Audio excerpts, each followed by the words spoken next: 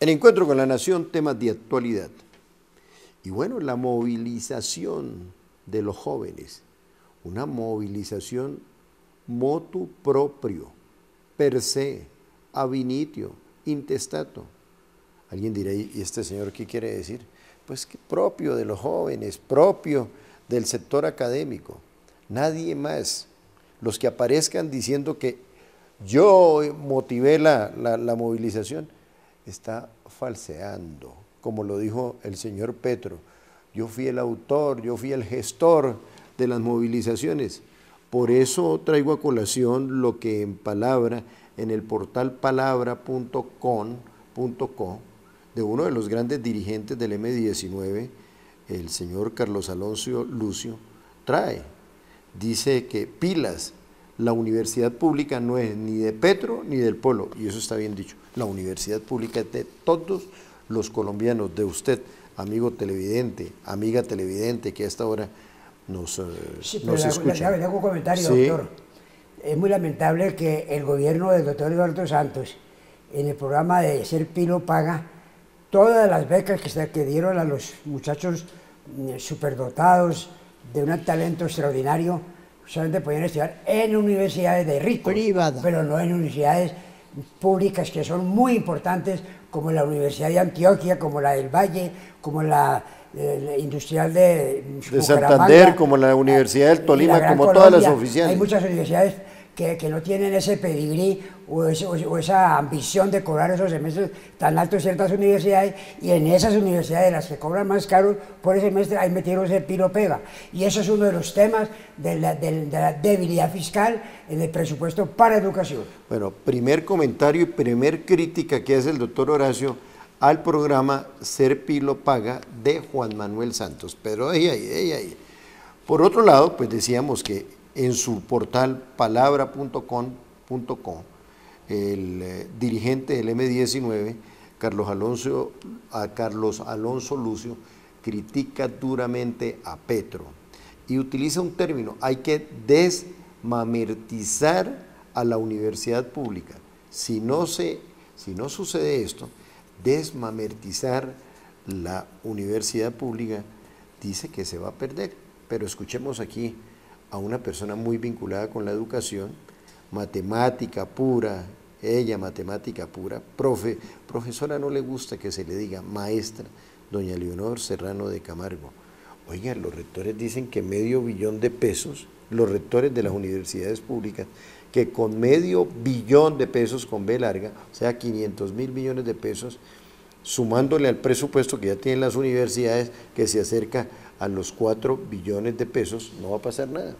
No, es una suma sumamente importante, y en la situación actual del país, en la pauperización que nos dejó don Juan Manuel Santos, es una suma súper importante. Hay que agradecerle al presidente de la República el que haya logrado conseguir ese dinero para el bien de la universidad pública.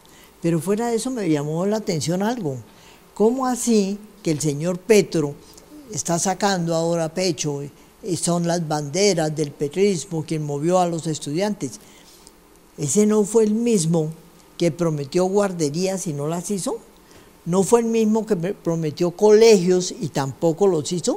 No fue el mismo que nos iba a construir la universidad de distrito en Soacha y tampoco la hizo. Allá está el lote esperando que el señor llegue a hacer la universidad que nos prometió, la universidad distrital, para que los muchachos de Soacha puedan estudiar allá, y resulta que eso se volvió simplemente una promesa de gobierno. Populismo es ofrecer el cielo y dar el infierno. Bueno, y entonces, ¿cómo ahora viene a decir que gracias a él y que él movió a los estudiantes? Él tiene una deuda con la educación, que pague primero la deuda que tiene y después volvemos a hablar del tema, pero mientras tanto no puede Pero hacer... quiero agregarle algo, que el tema de los paros está muy bien, pero hay que tener en cuenta que hay muchos sectores que están en grandes dificultades en este momento, como es el gremio cafetero, que son 500.000 familias, es decir, 3, 4, 5 millones de colombianos que el café lo tienen que vender por debajo del precio de costo, es decir, a pérdida. Y también han hecho el anuncio de unas manifestaciones para que el gobierno lo saque de ese hueco de crisis que tocó fondo en el gremio cafetero. Y otro sector importante es de los cocaleros, claro, los campesinos que les están exigiendo la sustitución de cultivos y están pidiendo que entonces los indemnice, los subsidie o los ayude el gobierno. Es decir, son muchos los sectores que tienen dificultades. todos los colombianos tenemos dificultades, pero es muy desfavorable la situación actual del país. Es crítica, es que la situación de pobreza y lo que estamos es repartiendo pobreza. Por eso no podemos a grandes masas con las manos llenas, tome esta parte para usted y la otra para usted. Bueno, y ¿no? si eso es cierto, ¿de quién es la culpa? Pues del gobierno anterior, es que 8 años echando endeudándose, mermelada toda la que podía, publicidad, gastando en la publicidad. sumas gigantescas. No, es que esto fue, y la danza de los millones, y el avión. Y otro problema, no. se hablan de que a los ricos hay que castigarlos. Está demostrado ya numéricamente y con cifras que merecen todo crédito, que 70% de lo que gana un empresario se va en impuestos, y que si siguen poniendo más impuestos viene la fuga de capitales o cierre de empresas como está pasando. Pero entonces claro, la situación es muy difícil. y el cierre de empresas y por lo tanto disminuye el empleo. Pero yo sé cómo se aumenta el empleo. Mira, aquí tengo un ejemplo. ¿Cómo? Que en otra Pero oportunidad, bueno, pero este lo analizamos en otra después. Lo oportunidad analizamos miramos. después. Bueno, seguimos con el tema. Dice el portal palabra.com.co, palabra.com.co, dice Carlos Alonso Lucio, que perversa la estrategia petrista de echarle al nuevo gobierno la crisis del orden público. Pero a esa respuesta la daremos después de una pausa.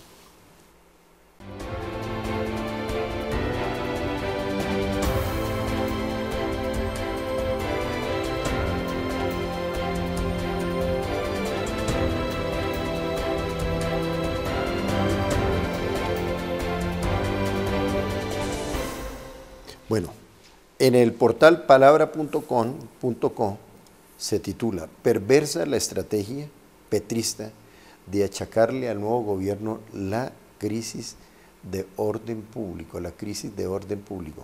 Esto como que va para una situación compleja si no se le ponen las cortapisas, pero ojo, no desde el punto de vista disuasivo, sino desde el punto de vista persuasivo. Hay que entregarle más mecanismos, más medios a la gente de bajos recursos, pero para eso sigue siendo el tema de la educación fundamental, porque mire, hubo países que en el pasado estuvieron en la década de los 50 está en una situación crítica, Corea del Sur, la China nacionalista, o la misma Taiwán, o la misma Taiwán, China nacionalista, o Formosa. Aquí en Colombia se necesita una política de educación, pero ante todo fundamentada en principios y valores, que tenga un horizonte, porque aquí pues todo parece más indicar, tecnológica y menos pseudohumanística. Sí, ya lo de la tecnología es una dinámica producto del siglo XXI, pero miremos soluciones integrales en este campo. A ver, yo creo que tenemos que revisar nuestra educación, porque educación no es solamente transmitir conocimientos, es capacitar a los individuos para enfrentarse a la sociedad, pero desde un punto de vista donde tenga unas bases culturales, que es lo que nos falta en este momento. Así que yo creo que nos toca revisar hondamente, y el día que revisemos la educación, yo le aseguro que en una generación, máximo 2 generaciones, se acaba la corrupción en el país. Mire, se habla del honor que para esta refinería de Cartagena tuvieron que traer... Reficar, tuvieron que traer técnicos de fuera porque Colombia no los tenía. Aquí dice el estudio se volvió una herramienta para adquirir puestos públicos sobre el sector privado, pero no para crear riqueza. Uno nace para crear riqueza y la tecnología es un instrumento importantísimo para el desarrollo de un país, y más en esta época. Y es ese pseudohumanismo que prevalece en el 80% de las universidades. A mí me parece que es un poco inadecuado y desaconsejable, porque precisamente como lo sabe René Río González ahora, los 5 dragones asiáticos tuvieron en cuenta que uno estudia para muchas cosas, ante todo para formarse en valores y tener ciertos principios humanísticos, pero también saber manejar la economía, saber trabajar, saber producir, ser un factor para crecer en el campo personal, familiar, porque no solamente de pan vive el hombre, pero también vive de pan. Y hay que capacitar para que la gente produzca, para que incremente la riqueza de su familia, de su región y de su patria. Pero, sí, yo decía, mire, perdón, doña Leonor, vamos al tema de la educación. Mire, hay un asunto puntual. Hay unas universidades o instituciones de educación superior intervenidas por el Estado. En el pasado tenía el rótulo de la Dirección Nacional de Estupefacientes. Hoy se llama SAE, Sociedad de Activos Especiales.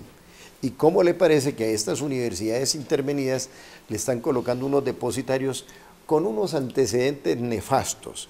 Nefastos. Si uno le mira la hoja de vida a determinados personajes, acabaron con empresas del Estado. Uno no entiende por qué el gobierno, y en esto no tiene culpa el presidente Iván Duque, pero sí tiene que tomar cartas en el asunto, porque la SAE es un nido de corrupción. Nombrar personajes con una hoja de vida nefasta, con denuncias, con publicaciones en todas partes por haber acabado con empresas del mismo Estado y las nombran depositarias. Eso es una manifestación de corrupción y son entidades educativas que, entre otras, benefician a los estratos 1, 2 y 3, pero si colocan personajes con antecedentes nefastos, ¿a qué vamos a llegar? Pero Ernei, todo lo que interviene el Estado va a la quiebra, va al cierre, hasta que sea lo que poco que toman, eso se lo reparten y se desaparecen. Si intervienen una EPS, eso se quebró más adelante. Si interviene una universidad, la acaban. Todo lo que interviene el Estado se acaba. Una de las medidas que debiera tomar el presidente de la República es prohibir las intervenciones y pasar lo privado a lo público para que se lo roben. Así de fácil. Que cuando yo decía revisemos la educación, es primero que todo los programas que se les brinde a los muchachos sean útiles para defenderse ante la vida. No necesitamos tantos doctores y ahora el que no tenga el título de doctor no puede trabajar, ¿sí? Y eso es absolutamente absurdo. Las universidades tienen que cerrar las facultades que las empresas no requieren de esos profesionales y formar profesionales de los que las empresas requieren que se formen. Nosotros mismos tuvimos que hacer un laboratorio y no conseguimos en Colombia en ese momento, porque las universidades todavía no tenían hacer el cultivo de células. Entonces nos tocó importar unos profesionales para que vinieran a hacer el cultivo de células y para que te enseñaran. Ya hoy lo tienen, pero no se podía producir. Pero hay una cosa, Leonor, y es esto, que existe un divorcio absurdo e inexplicable entre la industria entre las empresas y las universidades. Claro. Debería existir una hermandad, absurdo, una convivencia para ver qué es lo que exige el ambiente laboral y así mismo orientar la educación de acuerdo con las necesidades del país. Los administradores de empresas son sumamente importantes, pero por ejemplo la Universidad de Cundinamarca saca 60 al año y resulta que aparentemente no son muchos para el país, pero hay tal saturación de administradores de empresas que uno ya no sabe dónde colocarlos. Y entonces me pasa de que me acumularon 30 hojas de vida de administradores de empresas de la Universidad de Cundinamarca en mi escritorio y me ofrecían un puesto para contestar al teléfono, un cargo para supervigilar. No, eso no se podía. Esa es una de las carreras que tienen que estudiar. ¿Se necesita o no se necesita? ¿Y en qué grado se necesita? ¿Sí? Entonces es muy grave seguir sacando profesionales especializados en algo que el país no requiere, simplemente para que tengan un cartón y vayan y se enfrenten y resulta que no consiguen empleo y vienen las frustraciones de los muchachos, se sienten maltratados. Hoy, por ejemplo, se necesitan enfermeras profesionales, enfermeras que puedan manejar realmente la segunda persona después del médico, las enfermeras profesionales. Las embajadas las requieren, el mundo entero las está solicitando. Se necesitan enfermeras, pero eso no está formando el país. Bueno, uno analiza y entonces puede llegar a la conclusión de que no estamos en una patria boba, sino en una patria rota, Oye, a propósito, déjeme hacer una pregunta. ¿Usted fue alcaldesa de Fusagasugá en qué año? 88. 88. ¿Quién era el gobernador? Era Jaime Posada, que ayer asistí a la condecoración porque cumplía 95 años de edad y 25 años frente a la Academia Pero mire, yo de la Lengua. en aquel entonces estaba director de un medio radial muy importante a nivel nacional, con conectividad internacional, que entre otras creamos lo que se llamaba Sala de Redacción, que después lo copiaron de 9 a 11 con personalidades como los Rodrigo Lloreda Caicedo, Rodrigo Llorente, como Manuel Cepeda, pero el tema no es ese. ¿Por qué se le denominaba en ese entonces, muy concreta la respuesta al departamento de Cundinamarca, la patria boba? ¿Por qué? Porque Jaime Posada es un brillante hombre, un intelectual puro, y entonces Jaime Posada vivía en estratosfera. Él asistía a los congresos, él viajaba, etc. Y menos mal que había una secretaria muy buena que se llamaba doña Clemencia Santos, era la secretaria de Jaime Posada. Esa era la gobernadora. Sumamente ¿no? eficiente. Que todo gobernante Oiga, entonces, todo líder tiene sus adversarios. A Uribe no le han dicho, hasta Paraco le han dicho Uribe, y a Jaime Posada y a todos los políticos. Era la patria boba. Esta es a Claudia López, que 5 veces le han obligado a rectificar. Pero perdón, la que manejaba la gobernación, Clemencia. Clemencia Santos. O sea que usted no fue la primera gobernadora. Pues si usted lo analiza desde ese punto de vista, no fui la primera. No fue la primera gobernadora. Ya regresamos y continuamos con este tema.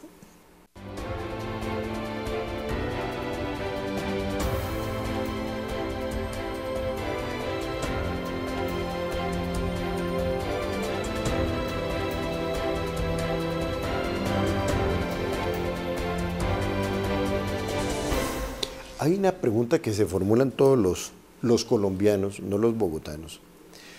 ¿Por qué en una ruta como la que conduce a Bogotá, Soacha, Fusagasugá, donde usted tiene que ver mucho, Melgar, por qué uno ve que uno paga la vía totalmente destruida? Primer punto. Segundo punto, al regresar uno de Fusagasugá hacia Soacha, oiga, unos trancones que forma la policía de 3 y 4 kilómetros, dizque porque están controlando uno no sabe qué. Y ese problema de ingreso a Bogotá que tiene en ascuas a todos los colombianos se está presentando también por la calle 80, cuando la gente viene de Villeta, La Vega, ingresa a la calle 80, el mismo problema. ¿Qué está pasando, doña Leonor? Y una solución, una sola. Faltan vías. Si cuando yo estuve en la gobernación hubiese... Pero si faltan vías y la policía se encarga de comprimir el acceso. No me le eche la culpa a la policía. Ellos hacen su papel para poder permitir que todas las carreras que convergen ahí también tengan la posibilidad de que no solamente los individuos... La ley de la selva se forma ahí. Sí, que no solamente los individuos que van de Melgar hacia Bogotá tengan paso, sino que también la variante de Soacha entre, etcétera. Soacha tiene terreno al lado de arriba de la carretera y al lado de abajo. Pero no es en Soacha, ¿sí? Es precisamente en el peaje, donde se forma el trancón. Es excesivo el número de carros que hay para las vías que hay. No se han preocupado. Doña Leonor, pero si es excesivo y resulta que cierran la vía de tal forma que hay una sola forma, un solo carril de ingreso. Usted tiene toda la razón. Cuando yo estuve de gobernadora, el alcalde de Bogotá era Antanas Mocos. Le presenté todas las soluciones que usted se puede imaginar. Le dije, ábrame la Cali hasta la frontera con Soacha y yo ahí le recibo todos los carros. No fue posible. Termíneme la ALO y para que bajen todos los camiones y demás por la ALO y yo me comprometo a recibirle ahí todo el flujo y tampoco fue posible. Yo terminé haciendo la Chía Girardot, que es una carretera muy buena, aceptable, digamos. Buenísima. ¿Sí? Y fue la primera concesión regional que se hizo en mi gobernación. Y terminé haciéndola sin estar la ALO. Si estuviera hecha la ALO, no tendría problema en Bogotá, porque tenía 3 o 4 desfogues sobre la carretera Chía Girardot y seguiría a propósito para allá. de comunicación, ya se está hablando del tren que va a comunicar al occidente, Facatativá con Bogotá. al occidente de Bogotá, ojalá Facatativá, Madrid, Mosquera, me imagino que va a coger los municipios. Hasta, esa solución... Funza, Mosquera, Cota. Esa solución no va a ser una solución paliativa, va a ser una solución integral. Y es una solución integral, pero para eso hay que hacer algo. También reglamentar la entrada de los camiones. En grandes ciudades, por ejemplo, hacen que los camiones distribuyan en la noche y las personas que tienen que recibir en la carga, pues van y abren a las 4 de la mañana, a las 5 de la mañana y reciben la carga. Aquí se encuentra uno en la carrera 10ª en Bogotá, un furgón en hora pico, a las 12 del día repartiendo mercancía. No, señor, eso no se puede hacer. Yo haría, si yo fuese hoy alcaldesa de Bogotá, conseguiría muchísimas remolques, muchas grúas. Todo el que se me pare sobre una vía arteria, lo remolco y se va para allá, ¿sí? Y lo paro sobre una calle. Sí, ¿para los patios o para la fábrica? No, para los patios. Ah, ya. Una sanción. O para unos lotes. Todos los que se paren sobre vía arteria. No, aquí se paran sobre la carrera 7ª, se paran sobre la 10ª, sobre todas las calles. ¿Y usted con su experiencia administrativa cómo ve ese cuello de botella que se va a formar con el famoso Transmilenio por el sector de la Javeriana? ¿Qué va a pasar ahí? Absurdo, absurdo, totalmente absurdo. A ver, ¿por qué? Pero ¿quién le dice al doctor Peñalosa que venga, miramos una solución? Eso es como cuando Antanas Mocus estaba en la alcaldía, que con él tampoco se podía hablar, ni se le podía explicar, ni se le podía decir, ni se le podían vender ideas, porque ellos son los dueños de la verdad, ¿no? Y menos una mujercita ahí que llegó a la gobernación de Cundinamarca, ¿qué le vamos a hacer caso? Si es que lo que yo le sufrí a Antanas Mocus, ustedes no se pueden imaginar. Resolvía las cosas en ese momento con una turra. Mucha a ver. Ah, no, todos ponen, eso no le conviene, yo eso no hago. Ah, la pirinola. Claro, Pirinonazo. la pirinola. No. Así resolvía en su momento. Y es en la única parte del mundo, usted que es historiador, donde la calle real, que es lo más respetada en toda ciudad, que es el referente histórico de una ciudad, Peñalosa la quiere destruir, la carrera 7ª. Eso no se ha visto en ninguna parte del mundo. Y lo malo del paseo es que comienza a operar el contrato cuando él se va. No, ¿y cuánta plata vamos a perder ahí? Ahí vamos a tener que tumbar embajadas, universidades, el Museo del Chicó, Universidad Javeriana, acabar con el Parque Nacional. Reducimos el tamaño del Parque Nacional, el Club del Comercio. Es que hay edificaciones sumamente valiosas sobre la carrera 7ª, que las vamos a destruir para darle gusto al doctor Peñalosa, para que se vaya con el Transmilenio por la carrera 7ª. O sea, un negocio particular, eso claro. Es un negocio particular frente a una situación que perjudica a la ciudad. Mire, hay dos barrios vecinos, aunque me echen a la hoguera no importa, que son Santana y Santa Bárbara Alta. Ya. ¿Sí? Hay que abrir un parquecito que tendrá 10 metros y tumbar 2 tubos para que los carros puedan subir desde la calle 100 y puedan seguir por el norte. No, señores, eso no se puede hacer. Bueno, la gente tiene que entrar por la 7ª. Diría alguien, dejemos así, porque el tiempo se nos vino encima. Este programa, que es Encuentro con la Nación, es un encuentro netamente pedagógico, académico, para tratar los temas que tanto le interesan a usted, amigo televidente. Que Dios les bendiga.